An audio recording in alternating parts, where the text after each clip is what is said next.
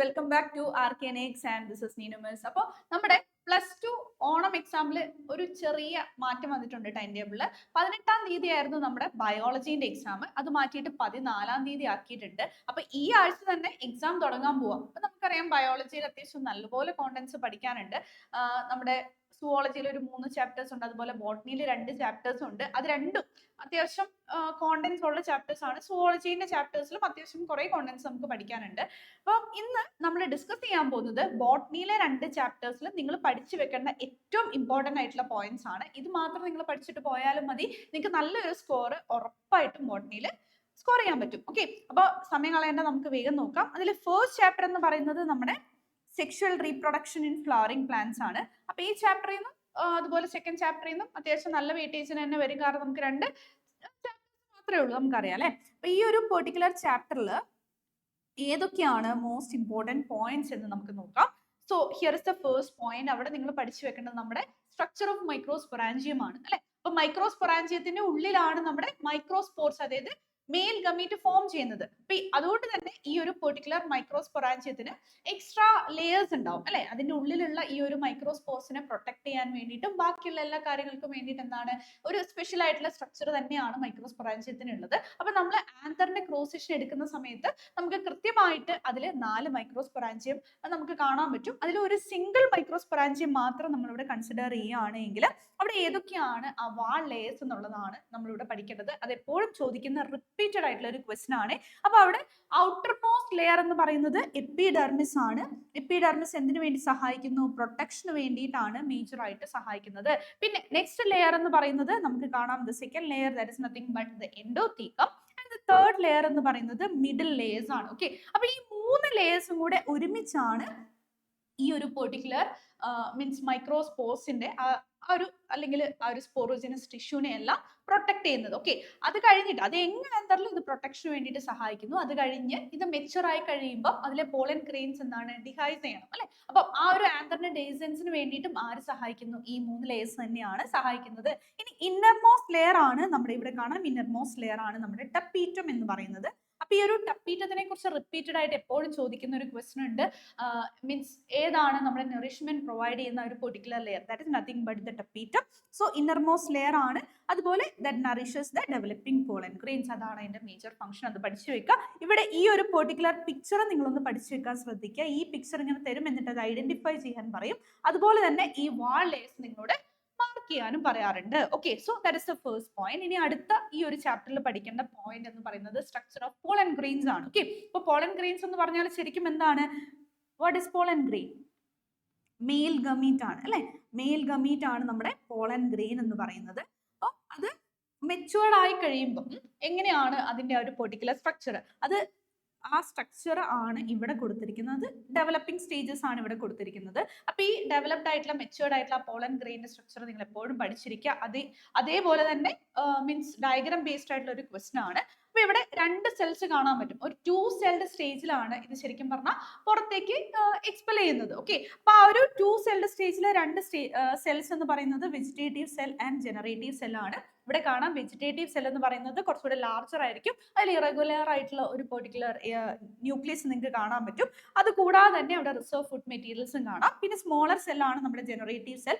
ഇത് രണ്ടും നിങ്ങളോട് മാർക്ക് ചെയ്യാൻ ചോദിക്കാറുണ്ട്, അത് കൃത്യമായി പഠിച്ചു വെക്കുക. പിന്നെ നമ്മളോട് ചോദിക്കുന്നത് outer layer of the pollen grain എന്ന് പറയുന്നത് എക്സൈൻ ആണ്. അതുപോലെ ഇന്നർ ലെയർ എന്ന് പറയുന്നത് ഇൻഡൈൻ ആണ്. ഓക്കെ, അപ്പം ഔട്ടർ ലെയർ എന്തുകൊണ്ടാണ് നിർമ്മിച്ചിരിക്കുന്നത്? സ്പോറോപൊളനിൻ, ദാറ്റ് ഇസ് വെരി ഇമ്പോർട്ടന്റ്. അതുപോലെ ഇന്നർ ലെയർ നിർമ്മിച്ചിരിക്കുന്നത് സെല്ലുലോസും പെക്ടിനും വെച്ചിട്ടാണ്. ഇത് രണ്ടും നമ്മളോട് ചോദിക്കുന്ന മറ്റൊരു ക്വസ്റ്റൻ ആണ്. ഇത്രയും ഇവിടെ പഠിച്ചിരിക്കുക. ഇനി അടുത്ത പോയിന്റ് എന്ന് പറയുന്നത് നമ്മുടെ മെഗാസ്പൊറാഞ്ചിയം അല്ലെങ്കിൽ ഒവ്യൂളിന്റെ സ്ട്രക്ചർ ആണ്. ഈ ഒവ്യൂളിന് എന്ന് പറയുന്നത് ശരിക്കും എന്താണ്? നമ്മുടെ ഫീമെയിൽ ഗമീറ്റോഫൈറ്റ് ആണ് അല്ലെ. അപ്പൊ മൈക്രോസ്പൊറാഞ്ചിയം നമ്മുടെ മെയിൽ ഗമീറ്റോഫൈറ്റ് ഫോം ആണെന്ന് പറഞ്ഞു, അതിലാണ് മെയിൽ ഗമീറ്റ്സ് ഫോം ചെയ്യുന്നതെന്ന് പറഞ്ഞു. അതുപോലെ മെഗാസ്പൊറാഞ്ചിയം എന്ന് പറയുന്നത് എന്താണ്? ഫീമെയിൽ ഗമീറ്റോഫൈറ്റ് ആണ്. ഓക്കെ, അപ്പൊ ഇവിടെ ഈ പറഞ്ഞ സ്ട്രക്ചേഴ്സ് മാത്രം നിങ്ങൾ കൃത്യമായി പഠിച്ചു വെക്കുക. അതാണ് നമ്മളോട് റിപ്പീറ്റഡ് ആയിട്ട് ചോദിക്കുന്നത്. മീൻസ് അത് ഓരോന്നും പറഞ്ഞു തരാം. ഇവിടെ നിങ്ങൾക്ക് ആ ഒരു മെഗാസ്പൊറാഞ്ചിയത്തിന്റെ സ്ട്രക്ചർ കാണാം. ഈ ഒരു സ്ട്രക്ചർ നിങ്ങൾ ഓർത്തിരിക്കുക. അല്ലെങ്കിൽ ഒവ്യൂളിന്റെ സ്ട്രക്ചർ കാണാം, അത് നിങ്ങൾ ഓർത്തിരിക്കുക. അതിൽ തന്നെ സ്പെസിഫിക് ആയിട്ട് ഫീമെയിൽ ഗമീറ്റോഫൈറ്റ് എന്ന് പറയുന്നത് നമ്മുടെ എംബ്രിയോ സാക്ക് ആണ്. Okay, fine. അപ്പൊ അതിൽ funicle is the first part. ഇപ്പൊ ഇവിടെ നിങ്ങൾക്ക് ഫ്യൂണിക്കിൾ കാണാൻ പറ്റും. ഈ ഒരു പെർട്ടിക്കുലർ ഫ്യൂണിക്കിൾ എന്ന് പറയുന്നത് ആക്ച്വലി എന്താണ്? ഒവ്യൂളിന്റെ സ്റ്റോക്ക് ആണ്. ഓക്കെ, ആ ഒരു ചെറിയ തണ്ട് പോലെ നമുക്ക് പറയാം. Okay, stalk of the ovule ആണ് funicle. And the next one എന്ന് പറയുന്നത് ഇൻഡിഗ്യുമെന്റ്സ് ആണ്. ഇൻഡിഗ്യുമെന്റ്സ് എന്ന് പറഞ്ഞാൽ എന്താണ്? അത് ആക്ച്വലി നമ്മുടെ ഈ ഒരു പെർട്ടിക്കുലർ എംബ്രിയോ സാക്കിനെ കൃത്യമായിട്ട് സറൗണ്ട് ചെയ്ത് പ്രൊട്ടക്ട് ചെയ്യുന്ന ആ ഒരു പെർട്ടിക്കുലർ ലെയർ ആണ്. അത് ന്യൂസിലസിനെ സറൗണ്ട് ചെയ്തിട്ടാണ് കാണാൻ പറ്റുന്നത്. ന്യൂസിലസിന്റെ ഉള്ളിലാണ് നമ്മുടെ എംബ്രിയോ സാക്ക് എന്ന് പറയുന്നത്. Okay, fine. ഇനി നെക്സ്റ്റ് എന്ന് പറയുന്നത് മൈക്രോപൈൽ ആണ്. മൈക്രോപൈൽ എന്ന് പറഞ്ഞാൽ ഇവിടെ ഒരു മൈന്യൂട്ട് ഓപ്പണിംഗ് നമുക്ക് കാണാൻ പറ്റും. അതിനെയാണ് മൈക്രോപൈൽ എന്ന് പറയുന്നത്. യെസ്, ഇനി നെക്സ്റ്റ് എന്ന് പറയുന്നത് ഹൈലം.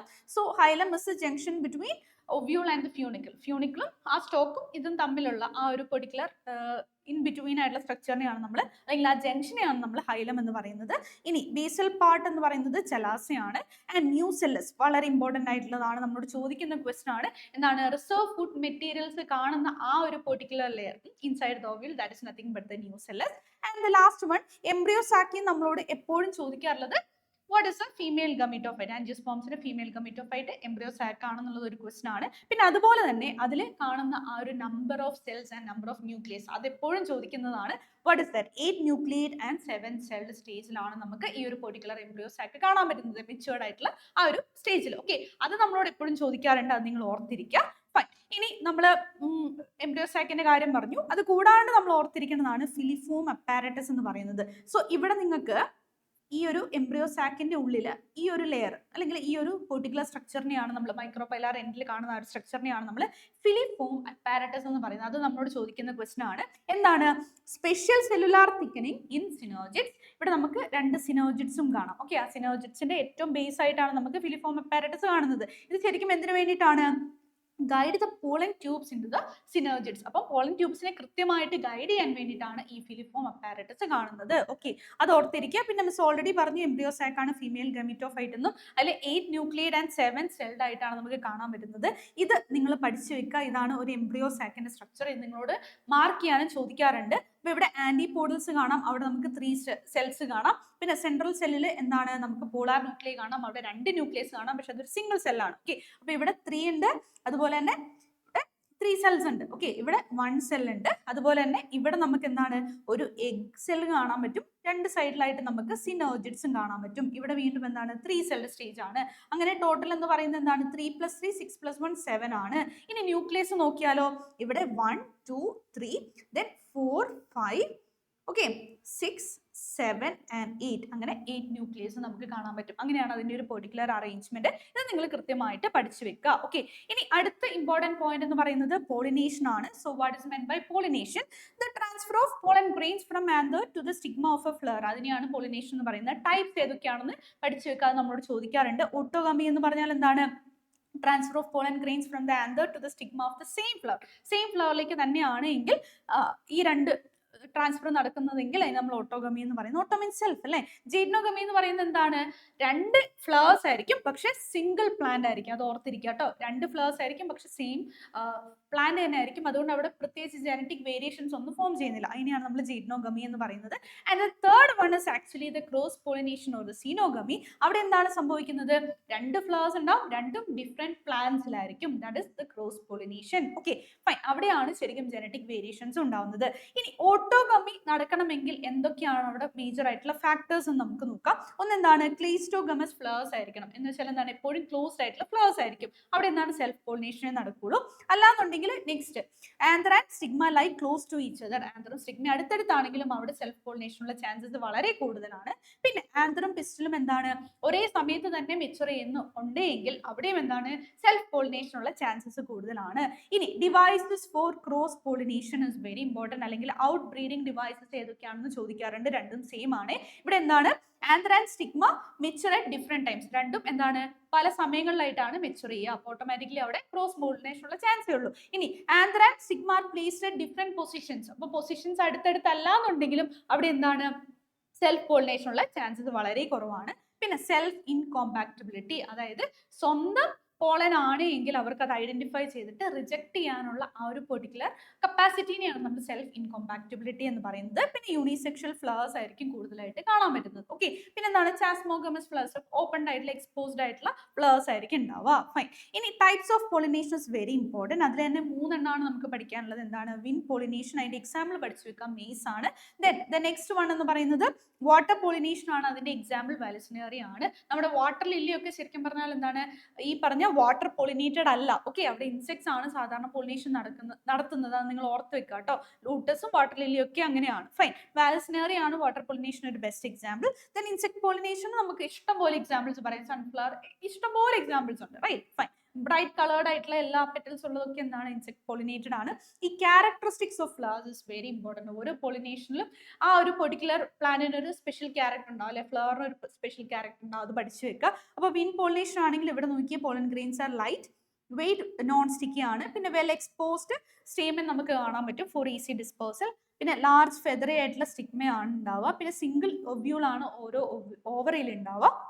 പിന്നെ ന്യൂമറസ് ഫ്ലവേഴ്സ് ഇൻഫ്ലോറസൻസ് ആയിട്ട് കാണാൻ സാധിക്കും. ഇനി വാട്ടർ പോളിനേഷൻ ആണെങ്കിലോ pollen grains R coated with mucilage to prevent wetting. Then in Vallisneria, female flower with a long stalk and male flowers are released on the surface of water. അങ്ങനെയാണ്. ഒന്നിന് long stock ഉണ്ടാവും, പിന്നെ അത് ആ സർഫസിൽ ഇങ്ങനെ ഒഴുകിയ വാട്ടർ കറന്റിന് അനുസരിച്ച് ഒഴുകിയാണ് അങ്ങോട്ടേക്ക് എത്തുന്നത്. ഓക്കെ, ദെൻ പോളൻ ഗ്രെയിൻസ് എന്താണ്, ലോങ് ആയിരിക്കും, അതുപോലെ റിബൺ ലൈക്ക് ആയിരിക്കും. That is very important. ഇനി ഇൻസെക്ട് പോളിനേഷനിൽ ബ്രൈറ്റ് കളേർഡ് ആയിട്ടുള്ള പെറ്റൽസ് ഉണ്ടാവും, ഷോവി ആയിട്ടുള്ള ഫ്ലവേഴ്സ് ആയിരിക്കും ഉണ്ടാവുക. പിന്നെ നല്ല സ്മെല്ല് പ്രൊഡ്യൂസ് ചെയ്യും, അതുപോലെ നെക്ടർ ഉണ്ടാവും. പിന്നെ അതുപോലെ എന്താണ്, സ്മോൾ ഫ്ലവേഴ്സ് നമുക്ക് ഇൻഫ്ലോറസൻസിൽ കാണാൻ പറ്റും. സോളിറ്ററി ഫ്ലവേഴ്സിലും നമുക്ക് ഇത് പറഞ്ഞ കാര്യം നടക്കാറുണ്ട്. ഓക്കെ, ഇനി സ്റ്റിക്കി ആയിട്ടുള്ള പോളൻ ഗ്രെയിൻസ് ആയിരിക്കും ഉണ്ടാവുക. ഓക്കെ, അത്രയും കാര്യങ്ങളാണ് നിങ്ങൾ അവിടെ പഠിച്ചിരിക്കേണ്ടത്. ഇനി നെക്സ്റ്റ് വൺ എന്ന് പറയുന്നത് ആർട്ടിഫിഷ്യൽ ഹൈബ്രിഡൈസേഷൻ ആണ്.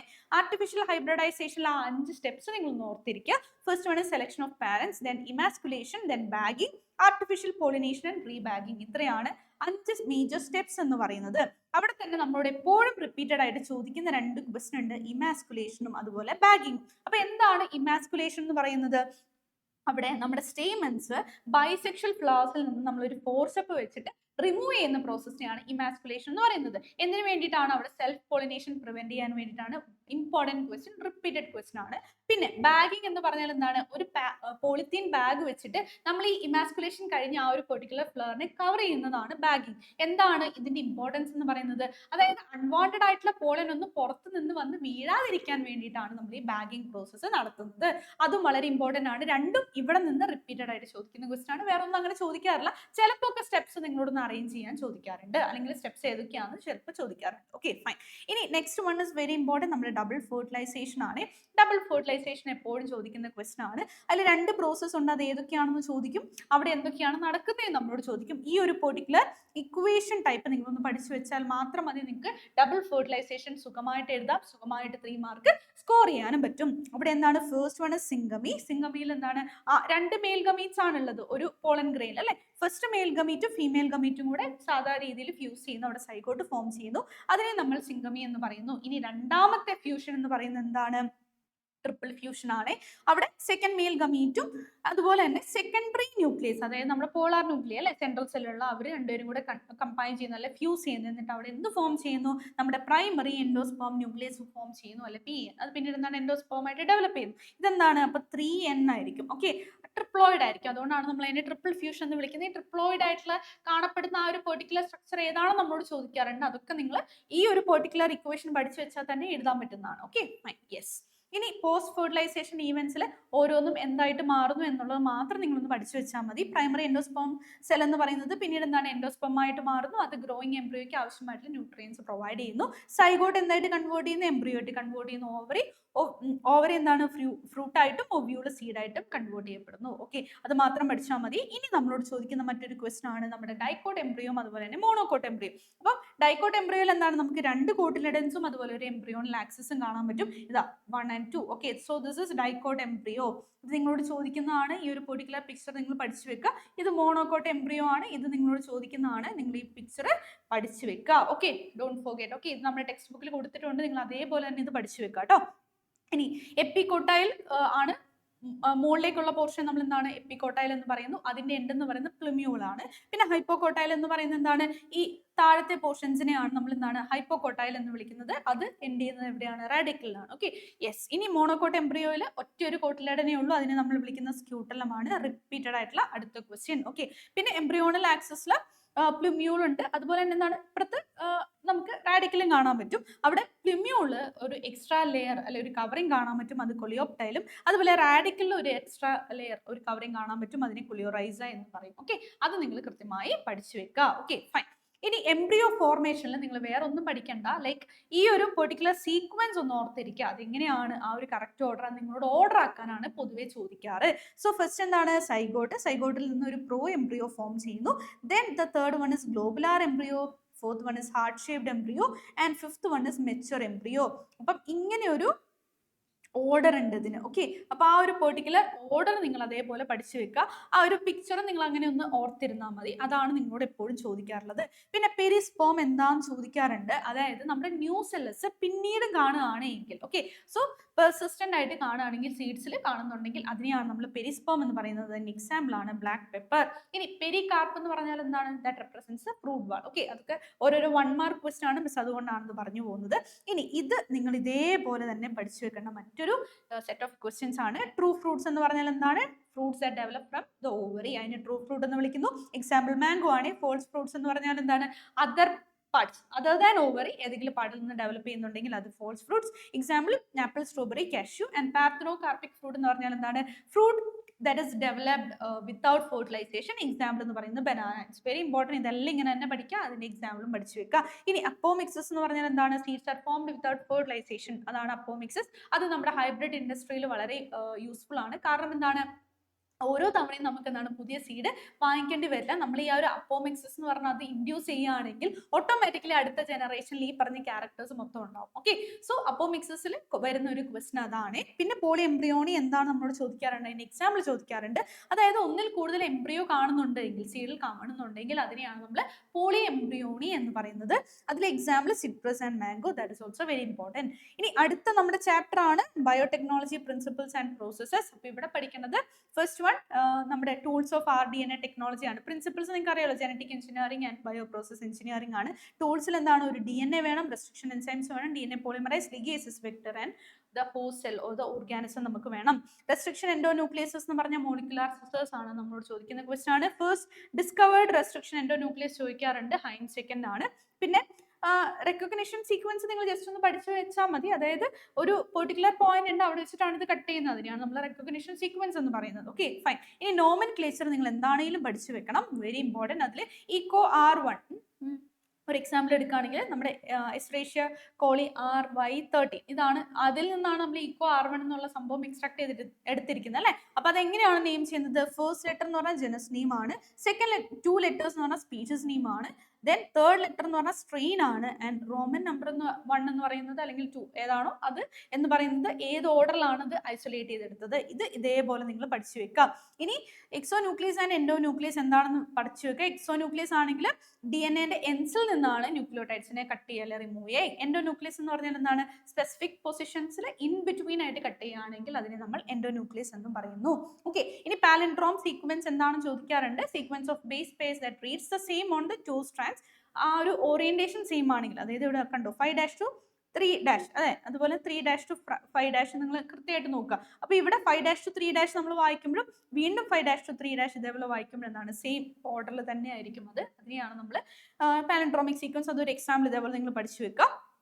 ഇനി DNA ലിഗേസ് എന്ന് പറഞ്ഞാൽ എന്താണ്, മോളിക്കുലാർ ഗ്ലൂ ആണ്, എന്തിനു വേണ്ടിയിട്ടാണ്, സ്റ്റിക്ക് ചെയ്യാൻ വേണ്ടിയിട്ടാണെന്നുള്ള കാര്യം ഓർത്ത് വെക്കുക. ഇനി അടുത്ത് നമ്മളോട് ചോദിക്കുന്നതാണ് ജെൽ ഇലക്ട്രോഫോറസിസ്. അവിടെ എന്താണ്, സെപ്പറേറ്റ് ചെയ്യാൻ വേണ്ടിയിട്ട് നമ്മൾ യൂസ് ചെയ്യുന്ന ടെക്നിക്കാണ് ജെൽ ഇലക്ട്രോഫോറസിസ്. അവിടെ യൂസ് ചെയ്യുന്ന ജെൽ എന്ന് പറയുന്നത് അഗാരോസ് ആണ്. അടുത്ത 1 മാർക്ക് ക്വസ്റ്റ്യൻ. പിന്നെ നമ്മളോട് ചോദിക്കുന്നതാണ് ദിസ് പെർട്ടിക്കുലർ സ്റ്റെയിൻ ചെയ്യാൻ വേണ്ടിയിട്ട് ഉപയോഗിക്കുന്ന ഏതാണ്, എത്തീഡിയം ബ്രോമൈഡ് ആണ്. അപ്പോൾ അവിടെ UV റേഡിയേഷൻ നമ്മൾ എക്സ്പോസ് ചെയ്യുമ്പോൾ അവിടെ DNA ഫ്രാഗ്മെന്റ്സ് എങ്ങനെയാണ് കാണപ്പെടുന്നത്, അല്ലെങ്കിൽ ആ കളർ എന്താണ്, ബ്രൈറ്റ് ഓറഞ്ച് കളേർഡ് ബാൻഡ്സ് ആയിട്ട് കാണുന്നു എന്നുള്ളത് നിങ്ങൾ ഓർത്തിരിക്കുക. പിന്നെ ഇവിടെ കട്ട് ചെയ്തിട്ട് നമ്മൾ ഈ അഗാരോസ് ജെല്ലിൽ നിന്ന് DNA എക്സ്ട്രാക്ട് ചെയ്യുന്ന ഒരു പ്രോസസ്സിനെ എലൂഷൻ എന്ന് വിളിക്കും. അത് നിങ്ങൾ കൃത്യമായിട്ട് ഓർത്തിരിക്കുക. ഓക്കെ, ഇനി ക്ലോണിംഗ് വെക്ടേഴ്സ് നമ്മൾ ഇതിനെ ട്രാൻസ്ഫർ ചെയ്യാൻ വേണ്ടിയിട്ട് യൂസ് ചെയ്യുന്നതാണ് ക്ലോണിംഗ് വെക്ടേഴ്സ് എന്ന് പറയുന്നത്. അതിന്റെ ഫീച്ചേഴ്സ് എന്തൊക്കെയാണെന്നുള്ളത് നോക്കുക. ഈ ഒരു പെർട്ടിക്കുലർ ക്ലോണിംഗ് വെക്ടർ PBR322 നിങ്ങൾ എന്താണെങ്കിലും പഠിച്ചു വെക്കുക. ഇത് ഓരോന്നും നിങ്ങൾ നെയിം ചെയ്യുക. അത് സെലക്ടബിൾ മാർക്കേഴ്സ് ഏതാണ്, ഒറിജിൻ ഓഫ് റെപ്ലിക്കേഷൻ കാര്യങ്ങളെല്ലാം നിങ്ങൾ പഠിച്ചു വെക്കണേ. അതിൽ origin of replication is very important ഒരു ഫീച്ചറാണ്. സോ എവിടെയാണ് റെപ്ലിക്കേഷൻ ബിഗിൻ ചെയ്യുന്നത്, that is origin of replication. പിന്നെ സെലക്ടബിൾ മാർക്കേഴ്സ് ഇവിടെ AMPR അതുപോലെ TTR ഇത് രണ്ടുമാണ് ഇവിടുത്തത്. ഓക്കെ, അത് പഠിച്ചു വെക്കുക. പിന്നെ ക്ലോണിംഗ് സൈറ്റ്സ് ഉണ്ട് അല്ലെ, അതായത് എവിടെയാണോ വന്നിട്ട് കട്ട് ചെയ്യുന്ന ആ ഒരു പെർട്ടിക്കുലർ സൈറ്റ്. ഓക്കെ, അവിടെ നമുക്ക് എക്സാമ്പിൾസ് ഇത് മുഴുവൻ എന്താണ് ക്ലോണിംഗ് സൈറ്റുകളാണ്. ഇതെല്ലാം നിങ്ങൾ മനസ്സിലാക്കി പഠിച്ചു വെക്കുക. ഓക്കെ, ഇത് എന്താണ് ഒരു ROP വേണം, അതായത് ഒരു പെർട്ടിക്കുലർ പ്രോട്ടീൻ വേണം. അതാണ് ഇതിന് വേണ്ടിയിട്ട് കോഡ് ചെയ്യുന്നത്. അതും ഒന്ന് ഓർത്തിരിക്കുക. Codes for the proteins involve in the replication of the plasmid. Fine. ഇനി പ്ലാന്റ്സിലും ആനിമൽസിലും നമ്മൾ യൂസ് ചെയ്യുന്ന ഒരു വെക്ടറിന് എക്സാമ്പിൾ ആണ് അഗ്രോബാക്ടീരിയം ടുമിഫേഷ്യൻസ്. അതൊന്ന് ഓർത്തിരിക്കുക കേട്ടോ. പിന്നെ എങ്ങനെയാണ് നമ്മൾ ഇതിനെ കോമ്പീറ്റന്റ് ആക്കുന്നത്, ഒരു ഹോസ്റ്റിനെ എങ്ങനെയാണ് കോമ്പീറ്റന്റ് ആക്കുന്നത് എന്നുള്ളതാണ്. So treating DNA with specific concentration of divalent cation, calcium പോലുള്ള ഡൈവാലന്റ് കാറ്റയോൺ യൂസ് ചെയ്തിട്ട്. പിന്നെ എന്താണ് incubating the cells with recombinant DNA on ice. അത് കഴിഞ്ഞിട്ട് എന്താണ് നമ്മൾ വീണ്ടും ഒരു ഹീറ്റ് ഷോക്ക് കൊടുക്കുന്നു, ടെമ്പറേച്ചർ റൈസ് ചെയ്യുന്നു. അത് കഴിഞ്ഞിട്ട് വീണ്ടും എന്താണ് നമ്മൾ ഈ ഐസിലേക്ക് മാറ്റിയിടും. ഓക്കെ, അപ്പൊ ഈ ഒരു പെർട്ടിക്കുലർ പ്രോസസ്സിലൂടെയാണ് നമ്മൾ അതിനെ കോമ്പീറ്റന്റ് ആക്കുന്നത്. That is very important question, 2 മാർക്കിനൊക്കെ ചോദിക്കുന്ന ഒരു ക്വസ്റ്റ്യൻ ആണ്. ഇനി അടുത്ത നമ്മുടെ ഒരു ക്വസ്റ്റ്യൻ ആണ് methods to introduce alien DNA into the host cells. ഏതൊക്കെ മെത്തേഡ്സ് നമ്മൾ യൂസ് ചെയ്യുന്നത്, മൈക്രോ ഇഞ്ചക്ഷൻ എന്ന് പറഞ്ഞാൽ ഡയറക്റ്റ് ആയിട്ട് ഇഞ്ചെക്ട് ചെയ്യുന്നു.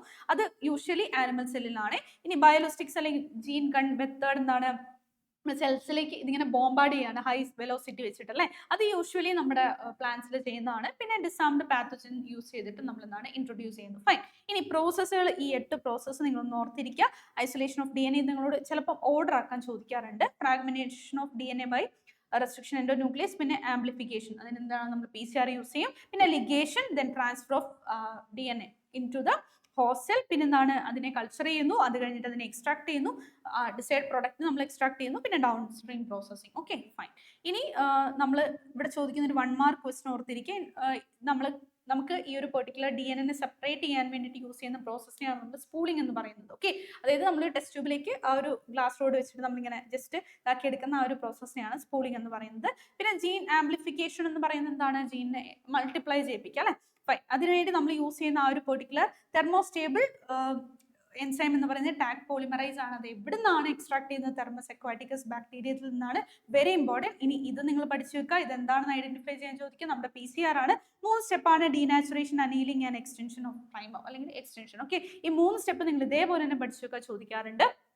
പിന്നെ നമ്മുടെ ലാസ്റ്റ് ഭാഗം എന്ന് പറയുന്നത് നമ്മുടെ ബയോ റിയാക്ടർ ആണ്. എപ്പോഴും റിപ്പീറ്റഡ് ആയിട്ട് ചോദിക്കുന്നതാണ്. The simple stirred tank bio reactor. ഇതാണ് നമ്മളോട് എപ്പോഴും ചോദിക്കുന്ന പിക്ചർ എന്ന് പറയുന്നത്. എന്താണ് bio reactor? Are vessels in which raw materials are biologically converted into specific products in a large scale. അപ്പോൾ ലാർജ് സ്കെയിൽ ആയിട്ട് നമുക്ക് ഈ പറഞ്ഞ കാര്യങ്ങളൊക്കെ പ്രൊഡ്യൂസ് ചെയ്യാൻ വേണ്ടിയിട്ട് നമ്മൾ യൂസ് ചെയ്യുന്ന ഒരു ടാങ്ക് ലൈക്ക് സ്ട്രക്ചറിനെയാണ് നമ്മൾ എന്ത് വിളിക്കുന്നത്, ബയോ റിയാക്ടർ. 2 ഇമ്പോർട്ടൻറ്റ് ടൈപ്സ് ആണ്, simple stirred tank bio reactor, stirred tank bio reactor. അങ്ങനെ 2 ടൈപ്പ് ആണുള്ളത്. ഓക്കെ, അപ്പൊ ഇത്രയും കാര്യങ്ങളാണ് ഈ 2 ചാപ്റ്ററിൽ നിങ്ങൾ പഠിച്ചു പോകേണ്ടത്. ഇത് മാത്രം പഠിച്ചു പോലെ നിങ്ങൾക്ക് നല്ലൊരു സ്കോർ ഉറപ്പിക്കാവുന്നതേ ഉള്ളൂ. അത് മിസ് വീണ്ടും വീണ്ടും പറയുകയാണ്, ഇതാണ് റിപ്പീറ്റഡ് ആയിട്ട് ചോദിക്കുക. നിങ്ങൾ കൃത്യമായിട്ട് ഇത് പഠിച്ചു പോകാൻ ശ്രദ്ധിക്കുക. അപ്പൊ ഇത് ക്ലിയർ ആണെന്ന് വിചാരിക്കുന്നു. ഇതുപോലെ ഇമ്പോർട്ടൻറ്റ് പോയിന്റ്സും ക്വസ്റ്റ്യൻസും ഒക്കെ ആയിട്ട് നമ്മൾ വീണ്ടും മീറ്റ് ചെയ്യുന്നതായിരിക്കും. Until then, thank you and bye bye.